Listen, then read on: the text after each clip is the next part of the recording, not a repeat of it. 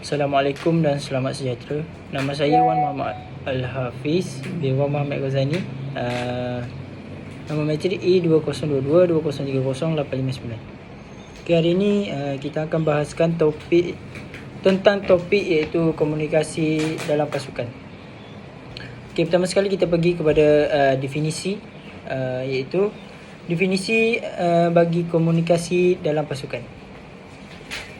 Komunikasi dalam pasukan merujuk kepada proses pertukaran maklumat, pertukaran idea, hala tuju dan pengetahuan antara pakar pasukan.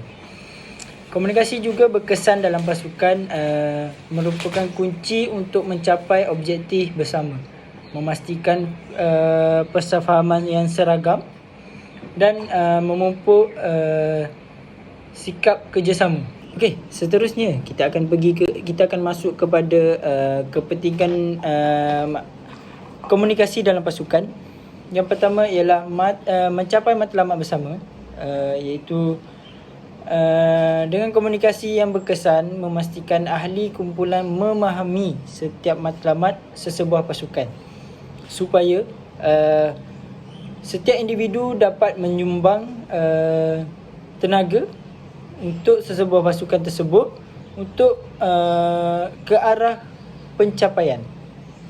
Okey, yang kedua, menyelaraskan tugas.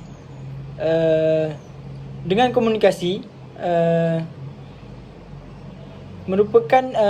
komunikasi ini memain peranan penting dalam menyelaras tugas dalam kalangan pakar pasukan.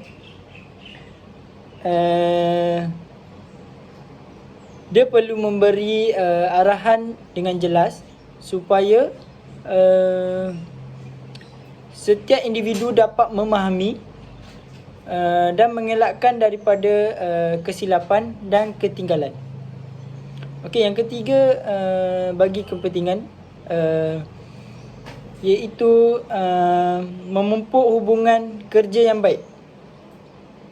Komunikasi positif membantu memupuk hubungan kerja yang baik antara ahli pasukan.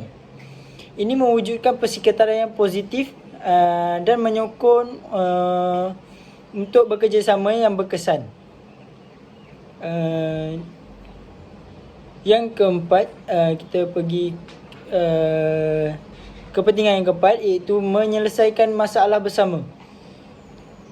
Dengan komunikasi, dia membuka platform untuk ahli kumpulan berkongsi idea atau pendapat, membolehkan penyelesaian masalah ini secara kreatif kerana masing-masing memberi pendapat dan juga idea. Jadi memudahkan untuk menyelesaikan sesebuah masalah. Okey, kita pergi kepada contoh komunikasi dalam pasukan dalam konteks sukan dan latihan. Yang pertama adalah bengkel teknikal. Ketua pasukan atau jurulatih perlulah menganjur bengkel teknikal untuk menerangkan strategi permainan, tugas individu dan taktik yang perlu dilaksanakan oleh setiap pemain. Okey, yang kedua, sesi analisis. Selepas perlawanan, pakar pasukan atau jurulatih perlu mengadakan perlu berkumpul untuk menganalisis perlawanan.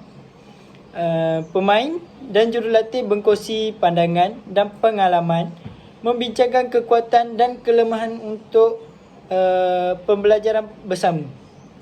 Dengan sesi analisis ni, dia dapat menguatkan sesebuah pasukan itu dengan mengadakan sesi analisis ni, kerana kita dapat tahu apa kelemahan kita dan kita dapat tahu apa kekuatan kita. Bagi contoh yang ketiga ialah sesi penerangan latihan. Jurulatih menerangkan objektif latihan, rutin latihan dan tugas setiap pemain untuk sesi latihan tersebut. Dalam contoh ini, jurulatih memain peranan yang kuat untuk memberi arahan arahan yang tepat dan jelas untuk setiap pemain supaya tiada salah faham dalam pasukan. Okey, yang keempat, kita pergi kepada contoh yang keempat, iaitu sesi bonding dah. Dikatakan contoh sesi bonding, iaitu ahli pasukan berkumpul untuk sesi bonding tentang pelbagai cara untuk meningkatkan kecekapan dan menangani isu khusus dalam pasukan. Dia macam dengan bonding ni kita dapat menimbulkan suasana yang meriah dalam pasukan, mengelakkan daripada berlakunya salah faham, pergaduhan. Dengan sesi bonding ni kita dapat mengeratkan, menguatkan hubungan antara satu sama lain. Okey, itu saja daripada saya. Sekian, terima kasih.